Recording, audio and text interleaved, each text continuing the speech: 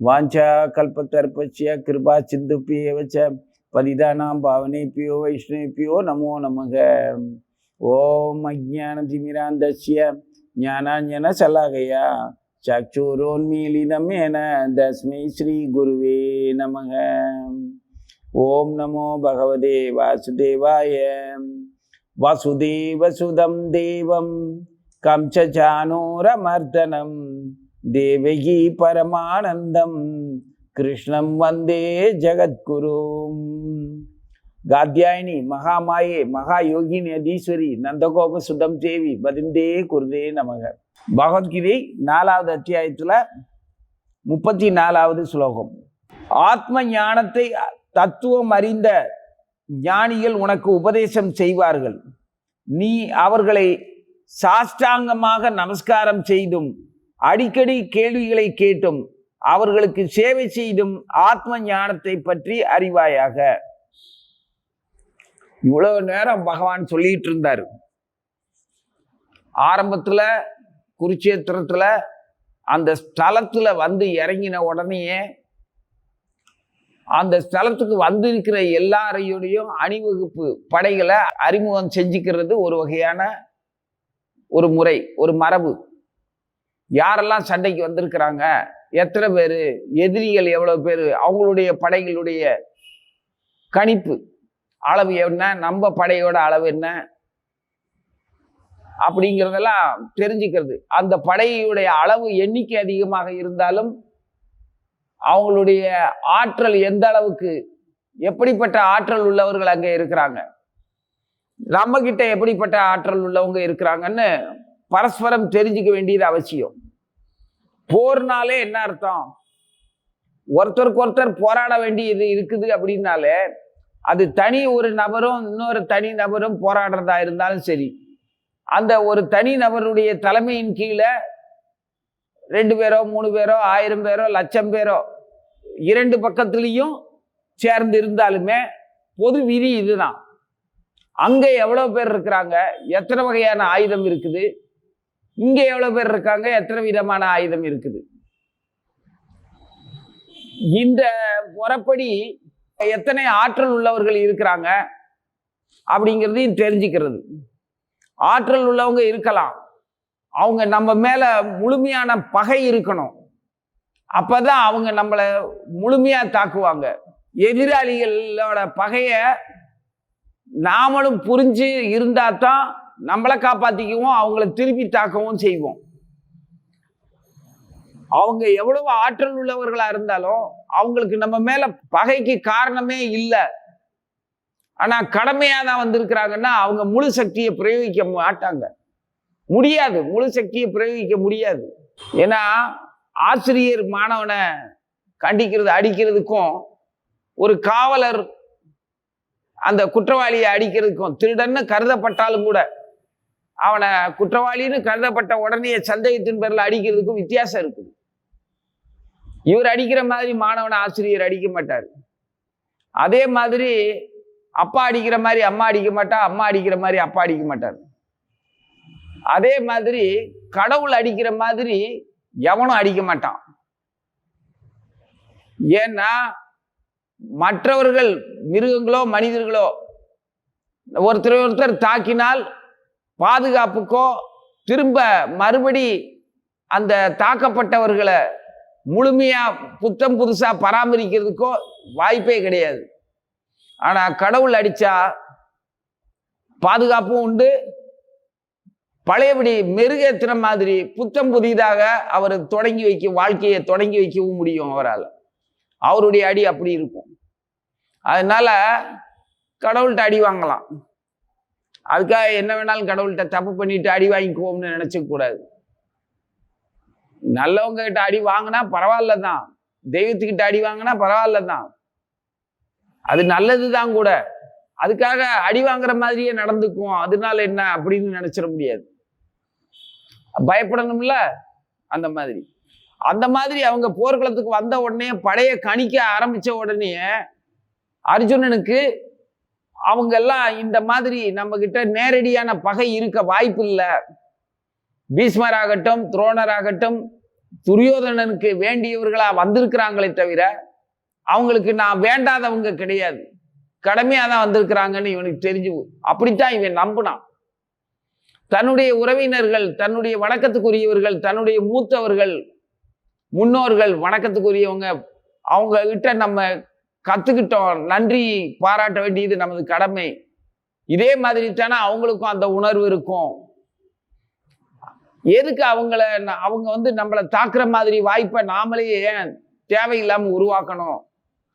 அதே சமயத்துல நான் தாக்குனா அந்த வயோதிகர்களும் முதியவர்களும் என்னதான் வித்தையில சிறந்தவர்களா இருந்தாலும் என்னுடைய வீரத்துக்கு முன்னால் அவங்க அழிக்கப்படலாம், என்னுடைய வீரத்தினால் அழிக்கப்படலாம்னு தன்னம்பிக்கையும் தைரியத்தோடையும் அழுகிறான். என்ன தைரியம் இருந்ததுன்னா நான் அவங்கள கொன்றுவேனேன்னு சொல்லி அழுக முடியும். அதுக்குள்ள வீரம் இல்லாம கோழையாவ அழுகிறான், பாசத்தினால அழுகிறான். அது கிருஷ்ணர் அதை ஒத்துக்கல, சிரிக்கிறாரு. நீ என்ன தேவையில்லாம கவலைப்படுற அப்படின்னு சொல்லி ஆரம்பிச்சாரு. அதுக்கப்புறம் எவ்வளவோ சொல்லிட்டார்.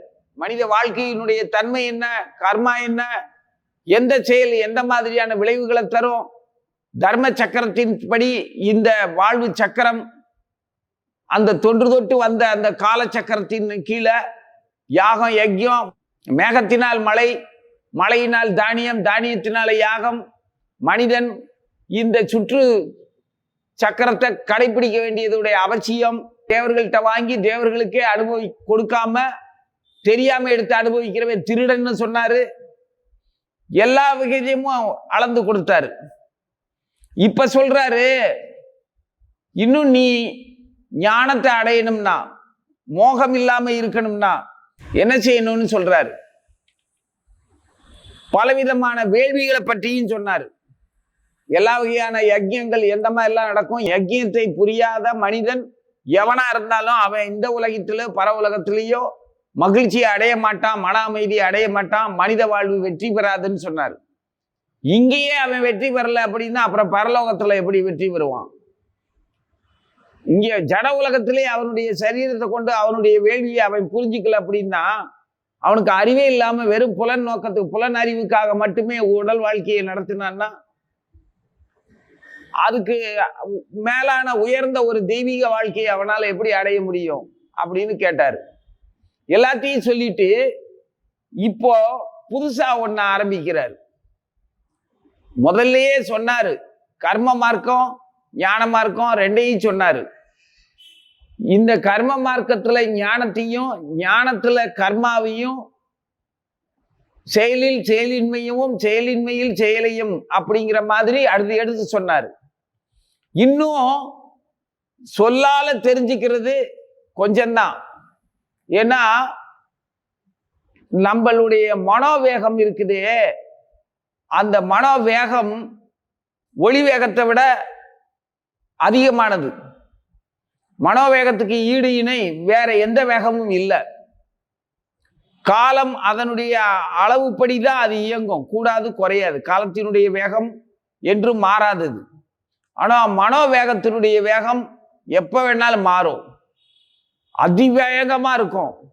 அப்புறம் எந்த வேகமே இல்லாம சலனமே இல்லாம சும்மா இருக்கும். இப்ப நீ படிச்ச பள்ளிக்கூடத்து யோசனை இந்நேரம் நான் சொன்ன உடனே உன் பள்ளிக்கூடமும் உன்னுடைய வகுப்பும் உன் கண்ணு முன்னால மனோவேகத்துக்கு நீ அங்க போயிருப்ப. மனதால் அந்த இடத்துக்கு இப்போ சொன்ன நொடியில போகலையா? நொடி கூட கம்மி, அதை விட குறைந்த அளவு வேகத்துல உன் மனசு சொல்ல கேட்ட உடனே பரிச்சயமான அந்த உன்னுடைய பள்ளிக்கூடத்துக்கு போயிருக்கும், உன்னுடைய கல்லூரிக்கு போயிருக்கும். இல்லை உனக்கு எவ்வளவு தூரத்துல இருக்கிறவங்களா இருந்தாலும் சரி, உன்னுடைய சகோதரனோ நண்பர்களோ அப்பா அம்மாவோ யாரை நினைச்சாலும் எங்க வேணாலும் போயிடும். அப்போ மனோவேகம் எவ்வளவு வேகம்? அப்போ அந்த மனோவேகத்துக்கு தகுந்த மாதிரி இங்க மனிதனுடைய வார்த்தைகளால அவனுக்கு ஒரு குறிப்பிட்ட எண்ணத்தை மனோவேகத்துக்கு தகுந்த மாதிரி உண்டு பண்ண முடியாது. அந்த அறிவையும் புலனையும் ஞானத்தையும் என்னதான் சொற்களால விளக்கினாலும் அது அந்த வேகத்துக்கு நீ புரிஞ்சுக்கிற வேகத்துக்கு சொல்ல முடியாது. வார்த்தைகளால சொல்றதுக்குள்ள சொல்ல வேண்டிய கருத்துக்கள் என் மனசுக்குள்ள இருந்தாலுமே அதை நான் வார்த்தைகளால சொல்றதுக்குள்ள அந்த கருத்துக்களுடைய வேகம் வார்த்தையை முந்திக்கிட்டு கடந்து எங்கேயோ புரிஞ்சுக்கிட்டு போயிடும். நான் சொல்லியிருக்கிற வார்த்தை கொஞ்சமா தான் இருக்கும். நீ கிரகிச்சுக்கிட்ட வார்த்தைக்கு தகுந்த மாதிரி, கேட்டுக்கிட்ட வார்த்தைகளுக்கு தகுந்த மாதிரி உன்னுடைய மனோவேகத்துல உனக்கு தோணி இருக்கிற விஷயங்கள் நான் சொன்ன வார்த்தைகளை விட பல மடங்கு அபரிமிதமான ஆற்றலை கொடுத்துருக்கும். வேகமா புரிஞ்சிடும். அதே சமயத்துல இந்த இடத்துல இந்த சொல்லும் வார்த்தைகளும் புரிஞ்சுக்கிற அளவுக்கு புரியாத மாதிரி களைப்பா இருந்ததுன்னா சொல்றதை விட்டு போட்டு சொந்தமா யோசனை எங்கேயோ போயிடும். அதனால இப்ப சொல்றாரு, இவ்வளவு சொன்னவரு, இவ்வளவு நேரம் எல்லா உபதேசம் பண்ணவரு, இப்போ முழுமையான ஞானிகள், ஞானத்தினுடைய தத்துவம் அறிந்தவர்கள், ஞானத்தையே வாழ்க்கையாக கொண்டவர்கள், ஞானத்தை முழுவதுமாக தன் வாழ்வாகவும் செயலாகவும் வச்சிருக்கிறவங்க, சாதுக்கள், அந்த முக்கியமான பெரியவங்க இருப்பாங்க, தத்துவம் அறிந்தவர்கள், ஞானத்தினுடைய தன்மை புரிந்தவர்கள், அவங்க உனக்கு உபதேசம் பண்ணுவாங்கன்றார். தன்னை சொல்லல. அப்படி யாரா இருந்தாலும், ஏன்னா அவரு ஞானத்தின் பிறப்பிடமும் ஞானத்தின் வடிவம் தர்மத்தின் வடிவம் சொல்லும் செயலுமா முழுவதுமா இருக்கக்கூடியவரே பகவான் தான். ஆனா அவருடைய ஞானம் அவ்வளவு சுலபமா எல்லாருக்கும் கிடைச்சிடவும் செய்யாது, கிடைக்கிறதும் கஷ்டம் அவரை புரிஞ்சுக்கிறது. ஆனா அவர்கிட்ட வாங்கி ஞானத்தை அவருடைய கருணையினால முழுமையான ஞானத்தை அடைஞ்சு அதனுடைய தத்துவம் புரிஞ்சு தன் வாழ்வாகவே ஆக்கிக்கிட்டவங்க ஞானிகள். அவங்க உனக்கு உபதேசம் பண்ணுவாங்கன்றார். ஏன் அவங்களுக்கு உன்னோட கருணையினால தானே அவங்களுக்கு ஞானத்தினுடைய தத்துவம் புரிஞ்சிருக்கு. அதை நீ எனக்கே கொடுக்கலாமே அப்படின்னா அதுக்கெல்லாம் இப்ப நேரம் இல்லை, அதுக்கெல்லாம் கால அவகாசம் இல்லை. ஏன்னா உன்னுடைய தன்மைக்கு நான் இப்போ உனக்கு சொல்லியிருக்கிற விளக்கங்களை எல்லாம் நீ இவ்வளவு நேரம் நீ கேட்டுக்கிட்டது எல்லாமே எதுக்காகன்னா, இப்படி ஒரு ஞானிகளை பார்த்து அவங்க கிட்ட கேட்டு தெரிஞ்சு புரிஞ்சு நடந்துக்கிறதுக்கு தான் உன்னோட மனசை நான் இப்ப தயார் பண்ணி இருக்கிறேன். உன்னுடைய எண்ணத்தையும் மனசையும் செயலையும் பக்குவப்படுத்தி இருக்கிறேன். இனிமேதான் நீ கேட்கவே தயாராவ. இப்ப எல்லா விஷயமும் தலைப்பு என்னன்னு தெரிஞ்சிருக்கு.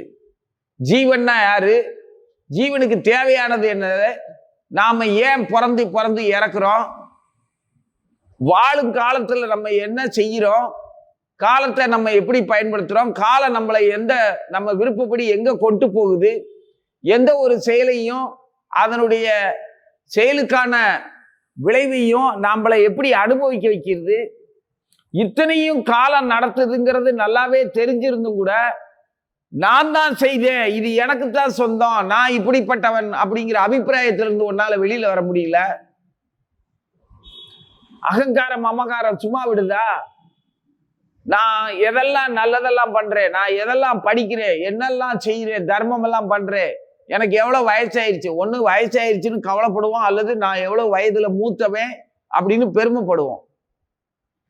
இளமையாயிருந்தா வயசு இருக்கு இன்னும், அதுக்குள்ள என்னத்துக்கு தத்துவம் ஞானம்னு பேசிக்கிட்டு அனுபவிக்கணும். பௌதிக உலகத்தை விளையாடணும், பாடணும், படிக்கணும், ஆடணும், அனுபவிக்கணும், எதிர்பால் இனங்களோட கூடி குலாவணும், எவ்வளவோ இருக்கு. இப்ப போய் வயசானவன் மாதிரி வாழ்ந்துக்கிட்டு அப்படின்னு இருப்போம். இல்லைன்னா கொஞ்ச வயசு தானே, இந்த வயசுலயே உனக்கு என்ன இவ்வளவு புலன் கொண்டாட்டம், அடக்க ஒடுக்கமா இருக்க மாட்டியா? ஒரு குறிப்பிட்ட வயசு இளமை பருவம் வரட்டும், அதுக்கப்புறமா நீ ஆடு பாடு விளையாடு. இப்ப குழந்தையா இருக்கும்போது உனக்கு என்ன அந்த மாதிரி எண்ணம் அப்படின்னு இளமைய ஒண்ணு வெறித்தனமா கொண்டாடுறது, இல்ல அதை ஒண்ணுக்கும் இல்லாம பிரயோஜனம் இல்லாம சும்மா வச்சுக்கிறது. அதே மாதிரி முதுமையவும் தன்னோட சுய மதிப்புல பெருமையா தற்பெருமையில உட்காடுறது.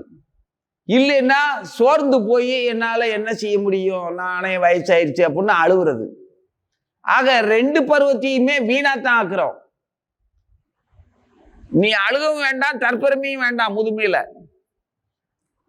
என்ன, இளமையில தன் இச்சைப்படி அடக்கம் இல்லாம ஆடவும் வேண்டாம், எந்த ஒரு இச்சையுமே அனுபவிக்க கூடாதுன்னு சொல்லிட்டு கட்டுப்பாடுங்கிற பேர்ல சிறைப்பட்ட நிலையில ஒருத்தர் எல்லா உணர்ச்சிகளையும் அடக்கிக்கிட்டு கிடக்கவும் வேண்டாம். இதையும் சரியா புரிஞ்சுக்கல, அதையும் சரியா புரிஞ்சுக்கல. அப்போ இப்படிப்பட்டவங்க இந்த மாதிரியான வாழ்க்கையில வாழும்போது நம்மளால எந்த செயலுமே செய்ய முடியலங்கிறது தெரிஞ்சாலும் அதை ஒத்துக்கிறது இல்லை. உன்னை நீ காப்பாத்திக்கிறது உன்னாலையும் முடியல, உன்னை சுற்றி இருக்கிறவங்களாலையும் முடியல. அப்போ அதுக்கான அர்த்தம் என்ன அப்படிங்கிறத பத்தி யோசிக்கிறதே கிடையாது. நம்ம எந்த ஒரு செயலும் நம்ம விருப்பப்படி கட்டுப்பாட்டுக்குள்ள நம்மளால இயக்க முடியாது அப்படிங்கிறத தெரிஞ்சிருந்தாலும் கூட அதை ஒத்துக்கிறதில்ல. நான் தான் செய்யறேன், நான் தான் இப்படி இருப்பேன் அப்படின்னு. அப்படித்தானே? சரி, இந்த ஆராய்ச்சியெல்லாம் எதுக்கு அப்படின்னா, இந்த ஆராய்ச்சி தான், ஆத்ம பரிசோதனை தான் உனக்கு உண்மையான ஆனந்தத்துக்கு அழைச்சிட்டு போகும். தற்காலிகமான புலன் நுகர்ச்சியில நீ அறிவு இருந்ததுன்னா பூரண உண்மையை தெரிஞ்சுக்கணும்னு முயற்சி பண்ணினால் அது ஆனந்தமா இருக்கும். உன்னை பற்றி பேசுறது தான் உனக்கு சுவாரஸ்யமா இருக்கும். ஊர்க்கதையெல்லாம் அடுத்தவங்களை பற்றி சொன்னா போர் அடிக்கும், உனக்கு சலிப்பா இருக்கும். எனத்துக்கு இதை பத்தி கேட்டுக்கிட்டு இருக்குங்க. இல்ல, நான் என்னை பத்தி தான் பேசுவேன். நான் என்னை பத்தி நான் நினைக்கிறதுக்கு உதவியா எதெல்லாம் கிடைக்குதோ, என்ன செய்தியெல்லாம் என்ன பரிசோதிக்கிறதுக்கு என்னென்னலாம் கிடைக்குதோ அது எல்லாமே எனக்கு சுவாரஸ்யமானது. ஏன்னா அடுத்தவங்களுக்கு அலங்காரம் பண்ணி கொடுத்து கூலிக்கு பண்றதோட விஷயம் வேற. உன்னை நீயே அலங்கரிச்சேன்னா உனக்கு எவ்வளவு பிடித்தமா இருக்கும். அதுதான் சொந்தமான அறிவு, சுயம் பிரகாசம்ங்கிறது. அதுதான். அதுக்கு என்ன பண்ணலாம்? பெரிய பெரிய ஞானமெல்லாம் தேவையில்லை, சாதாரண விஷயம். முன்னோர்களை பற்றி தெரிஞ்சுக்கிறது. நமக்கு முன்னோர்கள்னா யாரு? நம்ம பக்கத்துல இருக்கிறவங்க, நம்ம அப்பா அம்மா. அவங்கள முன்னோர்களா பார்க்கிறோம். அவங்களுடைய குணம் என்ன, அவங்களுடைய விருப்பம் என்ன, அவங்க நமக்கு மேல வச்சிருக்கிற பரிவு என்ன, அவங்க நம்மளுக்கு எந்த மாதிரி வழிகாட்டுறாங்க, அவங்க எதை கடைபிடிக்கிறாங்க, அவங்களுக்குள்ள ரெண்டு பேருடைய கருத்து வேறுபாடுகள் எத்தனை வந்தாலும் ஏன் சேர்ந்தே வாழ்றாங்க, ஊர் கட்டுப்பாடுக்கா இல்ல தன்னுடைய உறவுகளுக்காகவா, ஒருத்தரை ஒருத்தர் அனுபவிக்கிறதுக்கா, எதுக்காக அவங்க ரெண்டு பேருடைய ஒற்றுமை இருக்குது, நம்ம மேல இருக்கிற பாசமா என்ன ஏதுங்கிறத நம்ம நேரடியா பார்க்கிறோம். ஒரு நேரத்துல அம்மாவை பிடிக்குது, ஒரு நேரத்துல அப்பாவை பிடிக்குது, ஒரு நேரத்துல அப்பாவுக்கும் அம்மாவுக்கும் ரெண்டு பேரும் சேர்ந்து இருக்கிறது பிடிக்குது. இல்லைன்னா ரெண்டு பேரையுமே விட்டுட்டு என்ன அவங்க புரிஞ்சிக்கவே இல்லைன்னு தன்னை பத்தி ரசிக்கிறது மட்டுமே பிடிச்சிருக்கு. எத்தனை கருத்து வேறுபாடு! இதுல நமக்கு நேசிக்கத்தக்க செயல்களும் சம்பவங்களும் வார்த்தைகளும் அந்த எண்ணம் போக்குகளும் எவ்வளவு இருக்கும்? அதிகபட்சம் ஒரு 15% இருக்கும் கண்டிப்பா. இத நான் எப்படி எந்த பார்வையை வச்சு சொல்றேன்னா, இவ்வளவு காலம் இந்த 50 வருஷமா பகவத்கீதையை எத்தனையோ 5-6 தலைமுறைகளுக்கு குழந்தைகளுக்கு, நீ எத்தனாவது படிக்கும் போது அந்த 3வது, இந்த 3ஆம் கிளாஸ் 3வது வகுப்பு படிக்கிற காலத்துல இருந்து இப்போ கல்லூரி படிப்பெல்லாம் முடிச்சுட்டு என்ன நிலையில இருக்கிற, இதுக்குள்ள எத்தனை மாணவர்களை பார்த்திருப்போம் நம்ம. உன்னால இந்த பால்யத்திலிருந்து இப்போ வரைக்கும் தொடர்ந்து கேட்டுக்கிட்டு தான் வர்ற. ஆனா உனக்கு தெரிய எத்தனை பிள்ளைங்க இது வரைக்கும் மாறி இருக்கிறாங்க. எல்லாரும் படிச்சுட்டு போய்கிட்டே இருக்கிறாங்க. நம்மகிட்டே எப்படின்னா, அப்ப கல்லூரி பள்ளிக்கூடத்துல எத்தனை மாணவர்கள், எத்தனை ஆசிரியர்களை கடந்திருப்பாங்க. அதே மாதிரி வீட்டை விட்டா இந்த மாதிரி பார்த்ததை வச்சுதான் நான் 20% தான் நீ உன்னோட சொந்த ஆனந்தத்தை நீ அனுபவிச்சிருப்பன்னு சொல்ல முடியுது. ஏன்னா நேரில் நிறைய குழந்தைகளை பார்க்கிறேன், என் சொந்த வாழ்க்கையிலையும் பார்க்கிறேன். அப்போ பக்கத்துல இருந்தவங்க, அருகாமையில, நம்ம இந்த பிறவியில நமக்கு அருகாமையில முன்னோர்கள்னு இருந்தவங்க நம்ம சகோதரர்களும் பெற்றோர்களும், அடுத்து ஆசிரியர்கள், அடுத்து அவங்களுக்கும் முன்னாடி அப்படின்னு கடந்து போனோம்னு கொஞ்சம் பக்கத்துலன்னு போக வேண்டாம், ரொம்ப கடந்து போயிடுவோம். ஒரு 100 வருஷத்தை கடந்து போயிடுவோம். ஏன்னா நெருக்கி பேசிக்கிட்டு இருந்தா நல்லா இருக்காது. இன்னொரு 100 வருஷத்தை கடந்து போயிடுவோம். கடந்து போனோம்னா தேசப்பிதாங்கிறாங்க, மகாத்மாம்பாங்க. இன்னைக்கு நம்ம தேசிய நம்ம பொதுவான அந்த ரூபாயில கூட அவர் படம் தான் போட்டிருக்கு. அவ்வளவு புகழ்றாங்க, அப்புறம் அவங்களையே குறை சொல்றாங்க. அவர் அப்படி செஞ்சாரு இப்படி செஞ்சாருன்னு மாத்தி பேசுறதுக்கு இன்னைக்கு ஆள் இருக்கு. குறிப்பிட்ட காலத்துக்கு அப்புறம் அபிப்பிராயம் எப்படி மாறுது? சரி, அவங்களையும் விட்டுருவோம், அவங்களையும் கடந்து போவோம். அவங்களையும் கடந்து போனோம்னா விருப்பு வெறுப்பு, இந்த பகவான் சொல்ற அந்த மகாத்மா அப்படி ஒரு 1000 பிறவிகளுக்கு அப்புறம்தான் சர்வம் வாசுதேவன் புரிஞ்சுக்குவான். அப்படிப்பட்ட மகாத்மா காண்பதற்கு அரிதானவன் அப்படின்னு பகவான் சொல்லுவாரு. அப்படி ஒரு மகாத்மாவை கண்டுபிடிக்கிறதுக்காக இப்ப நம்ம பேசிக்கிட்டு இருக்கிறோம். அப்போ இப்ப சொன்ன மகாத்மா பல விமர்சனங்களுக்கு ஆளானவர், கொலை செய்யப்பட்டவர். அவரை கூட்டி குறைச்சி பேசுறது நமக்கு பிரச்சனை இல்லை. ஆனா 2 விதமாகவும் பேசிக்கிட்டு இருக்கிறாங்க. இன்னைக்கு நம்ம இப்ப கேட்டுக்கிட்டு தானே இருக்கோம். தலைவர்களை தன்னை பற்றி தானே பிரகடனப்படுத்துறாங்க. வரலாறுன்னு பார்த்தோம்னா யார் சொல்றத நம்புறது? யார் உண்மையிலேயே தியாக செம்மல்கள்? தியாகம்னா என்னது? எதுக்காக தியாகம் பண்ணாங்க? என் நாடு என் மக்கள் அப்படின்னு சொல்லி எத்தனை பேர் போராடினாங்க? அடுத்து அவங்களுக்கு முன்னால கடந்து போனோம்னா கொஞ்சம் தள்ளி போயிடுவோம், நாயன்மார்கள் ஆழ்வார்கள்னு. அப்படி பார்த்தா அப்பர், சுந்தரர், மாணிக்க வாசகர், திருநாவுக்கரசர்னு 4 பேரு, அவங்களுக்கு சேர்த்து அடுத்து 59 பேர், மொத்தம் 63 நாயன்மார்கள். அதே மாதிரி பொய்கை ஆழ்வார், பூதத்தாழ்வார், பேய் ஆழ்வார்னு இவங்க ஒரு 12 பேரு ஆழ்வார்கள், நாயன்மார்கள். அப்புறம் சித்தர்கள், சாரணர்கள், முனிவர்கள் அப்படின்னு எவ்வளவோ சாதுக்கள், சன்னியாசிகள். அதையும் கடந்து போவோம். அவங்களுடைய வாழ்க்கை முறையெல்லாம் கடந்து போனா யார் இருக்கா? நம்ம ராஜா தான். இப்ப நம்ம யாரை படிச்சுக்கிட்டு இருக்கோம்? திருதராஷ்டிர மகாராஜாவும் அவருடைய பிள்ளைகளும், பாண்டுவனுடைய மகாராஜாவும் பாண்டுவனுடைய பிள்ளைகளும் 2 பேரும் அண்ணன் தம்பிகளாம். சித்தப்பா மக்க, பெரியப்பா மக்க, இவனுங்க பள்ளைய பூரா ஒருத்தருக்கு ஒருத்தர் பங்காளி சண்டைன்றானுங்க. எதுக்குடா பங்காளி சண்டை வந்துச்சு? 2 பேரும் ஆளுக்கு ஒரு நாட்டை வச்சு ஆள வேண்டியது தானே. சின்ன சின்ன மன்னர்களா தான் எல்லா இடத்துலயும் இருந்தாங்கல்ல. 2 பேரும் போராடுறதுக்கு காரணம் என்ன? எங்க சுத்தி பார்த்தாலும் கடைசியில எங்க வருது? அவ்வளவு தூரம் போய் கிருஷ்ணரோட காலத்துக்கு போயிட்டு கடைசியில எங்க வந்து நிக்குது? நான் எனதுங்கிற அந்த மமகாரத்திலையும் அகங்காரத்திலையும் தான் நிக்குது. ரோஷம், கௌரவம், அந்தஸ்து, போட்டி, பொறாமை அப்படிங்கிறது எல்லாமே அதுக்குள்ள இருக்கக்கூடிய கிளை குணங்கள். ஆக அகங்காரம், மமகாரம், நான் எனதுங்கிறது பொய் தன்னுணர்வு, ஃபால்ஸ் ஈகோ, அது இப்பவும் இருக்கு.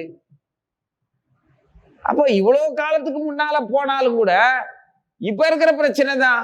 அப்ப அது புது பிரச்சனை தான். 5000 வருஷமான 5 லட்சம் வருஷமான இப்ப இருக்கிற அதே பிரச்சனை தானே. எனக்கு என்ன பிரச்சனை? அதுதான் அன்னைக்கு திருதராஷ்டிரருக்கும் பாண்டுவுக்கும் அவன் பிள்ளைகளுக்கும். கிருஷ்ணனுக்கு என்ன பிரச்சனை? இன்னைக்கு வெங்கடேஷ் பெருமாளுக்கு, பாலாஜிக்கும், ரங்கநாதருக்கும், நம்ம ஆண்டாளுக்கும், ரெங்கமன்னாருக்கும் எல்லாருக்கும் என்ன பிரச்சனையோ அதுதான் அன்னைக்கு கிருஷ்ணனுக்கும் பிரச்சனை. அப்போ காலம் எப்படி இருக்கு? அதே காலம்தான். இதுல நான் உனக்கு விளக்கம் சொல்றதை விட உன்னோட மனோவேகத்துக்கு உன்னுடைய காலத்தை அந்த தத்துவ ஞானிகளோட சேர்ந்து காலத்தை செலவழிச்சு இந்த வாழ்நாளை கடந்தாதான் உனக்கு புரியும் அப்படிங்கிறது இப்ப கருத்து. எப்படி தெரிஞ்சுக்க முடியும்? சேர்ந்து வாழு. சேர்ந்து வாழ்ந்தா மட்டும், வாழ்க்கைக்காக சேர்ந்து வாழாத. அவங்க உனக்கு சொல்லித்தரணுங்கிற எண்ணம்லாம் அவங்களுக்கு வராது. ஏன்னா நான் தெரிஞ்சுக்கிட்டதை இவன் தெரிஞ்சுக்க கூடாதுங்கிற எண்ணம் கிடையாது. அவங்களுக்கு நாம சொல்லித்தர்ற அளவுக்கு நமக்கு என்ன தெரியுங்கிற பணிவு இருக்கும் அவங்க கிட்ட. ஆனா நடைமுறையில அதெல்லாம் தப்பு, இப்படி இருக்கணும் அப்படி இருக்கணும் வாழ்ந்து காட்டுவாங்க, சொல்லித்தர மாட்டாங்க. வாழ்ந்துதான் காட்டுவாங்க. அவங்களுக்கு சொல்லித்தர்ற அளவுக்கு அகங்காரம், மமக்காரம் கிடையாது. அவங்க நீ அவங்க உபதேசிக்கணும்னா அவங்க கூட சேர்ந்து வாழணும். என்ன செய்யணும்? நீ அவர்களை சாஷ்டாங்கமாக நமஸ்கரிக்க வேண்டும். இங்க பணிவோட குரு கிட்ட சரணடைகிறதுனா, சாஷ்டாங்கம்ங்கிறது பூமியில அவங்க பாதத்துக்குள்ள நேர முழு சரணாகதி, கைகளை குவித்து நீட்டி, ஒரு தண்டம், ஒரு கம்பு, ஒரு உலக்கை எப்படி கீழே கிடக்கும், தன் பொறுப்புல அது எதையாவது ஊனி எழுந்திருக்கவோ இல்ல புரடவோ ஏதாவது முடியுமா? ஒரு தண்டத்தை போட்டோம்னா அந்த தண்டம் எப்படி பூமியில கிடக்கும்? ஒரு கம்பு, ஒரு சிலம்பு கம்பு இருக்கு, முன்னால நான் போட்டேன், அது எப்படி கிடக்கும்? அது மாதிரி உன் உடலை அவங்க பாதத்துல கிடக்க விடுங்க, தன் முயற்சி எதுவுமே இல்லாம. அது பேர் தான் சாஷ்டாங்கம்னு பேரு. அங்கத்தை அந்த மாதிரி சாஷ்டாங்கமா விழுந்துடுறது. அப்படி நமஸ்கரிக்கணுங்கிறார். யாருக்கு? அந்த தத்துவ ஞானிகளுக்கு. அப்படி நமஸ்காரம் செய்து அவங்களுக்கு என்ன தேவையோ அவங்க உன்னைய சொல்லாமலே நீயா வலிய அவங்கள்ட்ட பணிவோட சேவை செய்யணும். அப்படி சேவை செய்து கேள்வி கேட்கணும். என்ன கேள்வி? சேவை செஞ்சாதான் கேள்வியே வரும். குதர்க்கமாவும் தான் புத்திசாலித்தனத்தை காட்டுறோங்கிறதும் அவங்கள பத்தி யோசிக்க வைக்கிற மாதிரி நீங்க ஏன் இப்படி நடந்துக்கிறீங்க அப்படிங்கிற மாதிரியும் அதிகாரமாவோ ஆணவமாவோ அறிவு கட்டத்தனமாவோ கேள்வி கேட்கக்கூடாது. அப்படி கேட்க கூடாது. அப்படிப்பட்ட கேள்விகள் நமக்கு வரக்கூடாது. கேள்வி கேட்கறதுக்கும் அறிவு வேணும்ல, அது வரக்கூடாதுங்கிறதுக்கு தான் முதல்ல நீ சாஷ்டாங்கமா நமஸ்கரித்து அவங்களுக்கு பணிவுடன் சேவைகள் செய்து அதுக்கப்புறம் தான் கேள்வி கேட்கணும். அப்பதான் உனக்கு என்ன கேள்வி கேட்கணுங்கிறதே தெரியும். நீ சாஷ்டாங்கமா நமஸ்காரம் பண்ணல, பணிவுடன் அவங்களுக்கு சேவை செய்யலைன்னா கேள்வி கேட்கவே தெரியாது. அப்படிப்பட்ட நிலையில கேள்வி கேட்டா உனக்கு பதில் கிடைக்கும். அப்போ அது உடனுக்குடனே பதிலா question answer one word question மாதிரி வராது. இந்த பஸ் எத்தனை மணிக்கு வருவீங்க அப்படின்னு பஸ் ஸ்டாப்ல நின்று கேட்கிறோம். இத்தனை மணிக்கு வரும்னு அந்த கடைக்காரர் சொல்றாரு. பஸ் ஸ்டாப் பக்கத்துல இருக்கிற கடைக்காரர் அவரு. நம்ம மட்டும்தான் கேட்போமா? நாம நின்று கேட்டிருப்போம். அரை மணி நேரத்துல வரும்னு அவர் சொல்லியிருப்பாரு. 10 நிமிஷம் கழிச்சு வேற ஒருத்தர் பஸ் எத்தனை மணிக்கு வரும்னு அவங்க கிட்ட கேட்பாங்க. அரை மணி நேரத்துல வரும்னு அப்பவும் சொல்றாரு. அதுல அடுத்து ஒரு 20 நிமிஷம் கழிஞ்சு வச்சு மொத்தம் 40 நிமிஷம் போயிருச்சு. நம்ம கிட்ட சொன்ன அதே அரை மணி நேரத்துல அந்த 40வது நிமிஷத்துல ஒருத்தர் கேட்பாரு. அப்பவும் அந்த அரை மணி நேரத்துல வரும்பாரு. கடைசியில பஸ் வர்ற நேரத்துல எவனாவது என்னங்க இன்னும் பஸ் வரல அப்படின்னா இப்ப வர்ற நேரம் தான் பாரு. கழிச்சுக்கிட்டே வருவாரு. 30 நிமிஷத்துல வரும், 20 நிமிஷத்துல வரும், 10 நிமிஷத்துல வரும்னு சொல்லிக்கிட்டே இருப்பாரு. வாய்க்கு வந்ததை சொல்லுவாரு. அரை மணி நேரத்துல வரும் அப்படின்னு சொல்லிக்கிட்டு இருப்பாரு. அவர் காலத்தை பற்றி துல்லியமாலாம் சொல்லணும்னு அவசியம் இல்லை. அவர் வியாபாரத்தை பார்க்கிறவரு. கேட்கிற மக்களுக்கு அந்த இடத்துல இருந்து பதில் சொல்றாரு. அதனால வர்றவங்க பூரா என்கிட்டயே கேட்குறீங்க அப்படின்னு அவர் கோவிப்பாரா? அப்படி கோவிக்க முடியுமா அவருக்கு? வந்தா கேட்கத்தான் செய்வாங்க நம்ம கிட்ட. இப்படி நம்ம கிட்ட கேட்டு பழகினாதான் நமக்கு வியாபாரம். அப்படிதானே நடந்துக்குவாரு. அதே மாதிரி அதென்ன அவர்கிட்ட போய் கேட்கிற அப்படின்னு நம்மளை யாராவது கண்டிப்பாங்களா? அங்க நிரந்தரமா இருக்கிறவர் அவர்கிட்ட தான் கேட்போம். இன்னும் யார்கிட்ட கேட்கறது? அப்படிதானே அர்த்தம். அதே மாதிரி தொடர்ந்து வசிக்கும் போது கேள்வி கேட்கறது அப்ப வந்துடும் அப்படின்னு சொல்ற மாதிரி எல்லாம் அவங்க கிட்ட கேள்வி கேட்க முடியாது. தத்துவ ஞானிகள்கிட்ட என்ன கேள்வி கேட்போம் தெரியாது. அது சேர்ந்து வாழ்ந்தாதான் தெரியும். இவ்வளவு நேரம் பகவத்கீதை படிக்கிறோம், இவ்வளவு காலம் படிக்கிறோம். எப்பவாவது சொல்லி முடிச்சதுக்கு அப்புறம் ஏதாவது கேள்வி உனக்கு சந்தேகம் இருந்தா கேளுன்னு சொன்னா கேக்குறீங்களா? யாருமே கேட்க மாட்டேங்கிறீங்க. ஆனா கேக்குறீங்க. எப்ப கேக்குறீங்க? மற்ற நேரங்கள்ல கேக்குறீங்க. கீதையில நீங்க கிளாஸ்ல அப்படி சொன்னீங்க, இப்ப இப்படி சொல்றீங்க, இப்படி நடந்துக்கிறோம், நம்ம இது சரித்தானா அப்படின்னு எப்ப கேட்பீங்க? சேர்ந்து வாழும்போது தான் தெரியுது. கிளாஸ்லயா கேட்க முடியுது? பக்கத்துல இருந்தோம்னா சேர்ந்து ஒரு கோயிலுக்கு போறோம், சேர்ந்து காலத்தை கழிக்கும் போதுதான் தெரியுது அந்த கேள்வி கேட்கணும்னு. ஆனா கேட்டுக்கிட்டு இருக்கும்போது கேட்க தோணல இல்ல. அந்த மாதிரி சடக்குன்னு பதில் சொல்ற மாதிரி கேள்வி வராது. வந்தா அது நீண்ட பதிலா தான் இருக்கும், புரிஞ்சிக்கக்கூடிய உணர்வுகளா இருக்கும், அறிவா இருக்கும். இப்படி முன்னுக்கு பின் முரணான பல சம்பவங்கள் நம்ம கடந்த காலங்கள்ல இருக்கிற வரலாறுகள்ல பாக்குறோம். 5000 வருஷமா மாறாத ஒரு ஞானமா பகவத்கீதை தான் இருக்கு. உபநிஷத்துக்களும் மகாபாரதமும் எவ்வளவோ இருந்தாலும் எல்லாத்தினுடைய சாரமா பகவத்கீதை இருக்குது. இதுதான் மாறாததா இருக்குது. மற்ற எல்லா விஷயங்களும், அபிப்பிராயங்களும், தலைவர்களுடைய கொள்கைகளும், இறைவனை பற்றிய கருத்துக்களும், இறைவனுக்கு எதிரான கருத்துக்களும் வெறும் அல்பமான இந்த சாதாரணமா சின்ன சின்ன பூச்சிகள், மின்மினி பூச்சிகள் மாதிரி வாழ்நாள் குறைந்த கருத்துக்கள், பல மாதிரி கருத்துக்கள் எல்லாம் காணாம போயிருது. காலங்காலமா இருக்கிறது என்ன? இறைவனுடைய வாக்குதான் இருக்குது. இதுல புரிஞ்சுக்கிறதுக்கு ஒண்ணுமே இல்லை. பக்தி பண்றதுக்காக இவ்வளவு விஷயத்த சொல்றாரு. நீ உனக்கும் எனக்கும் அவ்வளவு சம்பந்தம் இருக்குது. என்னோட அம்சம்தான் நீ. உன்னோட தகுதி என்னோட சேர்றதுக்கான தகுதி. அந்த தகுதியை நீ வளர்த்துக்கிறதுக்கு பல விதமா நீ வாழ்ற. அது உன் விருப்பப்படி வாழ்றது. என்னோட தகுதி உன்னை உன் விருப்பப்படியெல்லாம் வாழ வச்சு பார்த்து என்கிட்ட கூப்பிட்டுக்கிறது என்னோட தகுதி. என்னை ஒரு தடவை சரணடைஞ்சாலும் அவனை நான் கைவிட மாட்டேங்கிறது என்னோட சங்கல்பம்னு ராமர் சொல்றாரு ராமாவதாரத்துல. இவர் என்ன சொல்றாரு? உன்னோட வாழ்வுக்கான தர்மங்கள் ஏதாவது நீயே ஒரு சில விதிமுறைகள் கட்டுப்பட்டு ஜட உலக வாழ்க்கையை அனுபவிக்கிறீன்னா அது எல்லாத்தையும் விட்டுட்டு என்ன சரணடை.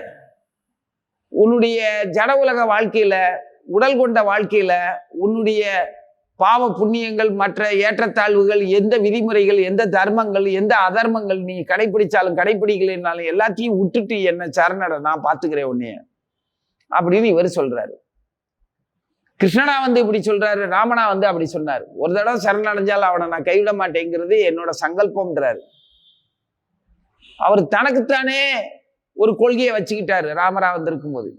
இவரு எல்லா கொள்கையும் விட்டு போட்டு அவரும் விட்டுட்டாரு. நீ என்ன மட்டும் சரணடைங்கிறார். இதுக்குதான் இவ்வளவு பகவத்கீதை. ஆனா அவ்வளவு சுலபத்துல சரணடைய தெரியாது நமக்கு. அதுக்காகத்தான் நாம எதையெல்லாம் பிடிச்சிருக்கிறோமோ, அகங்காரம் மமகாரம் அடிப்படையில, நான் எனதுங்கிற அடிப்படையில எதெல்லாம் பிடிச்சிருக்கிறோமோ, எதெல்லாம் நம்மளை பிடிச்சிருக்குதோ அது எல்லாத்துக்கும் உண்மையான விளக்கத்தை சொல்றார். நாமளா அதுகளை விடணும். நம்மளை எதெல்லாம் பிடிச்சிருக்கோ அதுவே நம்மளை விட்டுறணும். அதுக்கப்புறம்தான் சரணடைகிறத பத்தி யோசிக்க முடியும். அந்த பக்தி பண்றதுக்காக எதையெல்லாம் நம்ம பிடிச்சிருக்கோமோ, எதெல்லாம் நம்மளை பிடிச்சிருக்குதோ அதை பற்றிய விளக்கங்களை கொடுத்துக்கிட்டு இருக்கிறார். கடைசியில ஒரு குருவை சரணடைஞ்சு அவருக்கு சேவை செஞ்சு கேட்டுக்கோ அப்படிங்கிறார். இது சம்பந்தமா சிவபெருமான் பிருந்தாவனத்துல பகவானுடைய ராசலீலையில கலந்துகிட்ட ஒரு கதை, அற்புதமான கதை. அதை பத்தி யோசிச்சோம்னா இந்த ரகசியம் புரியும். ஓம் நமோ பகவதே வாசுதேவாய.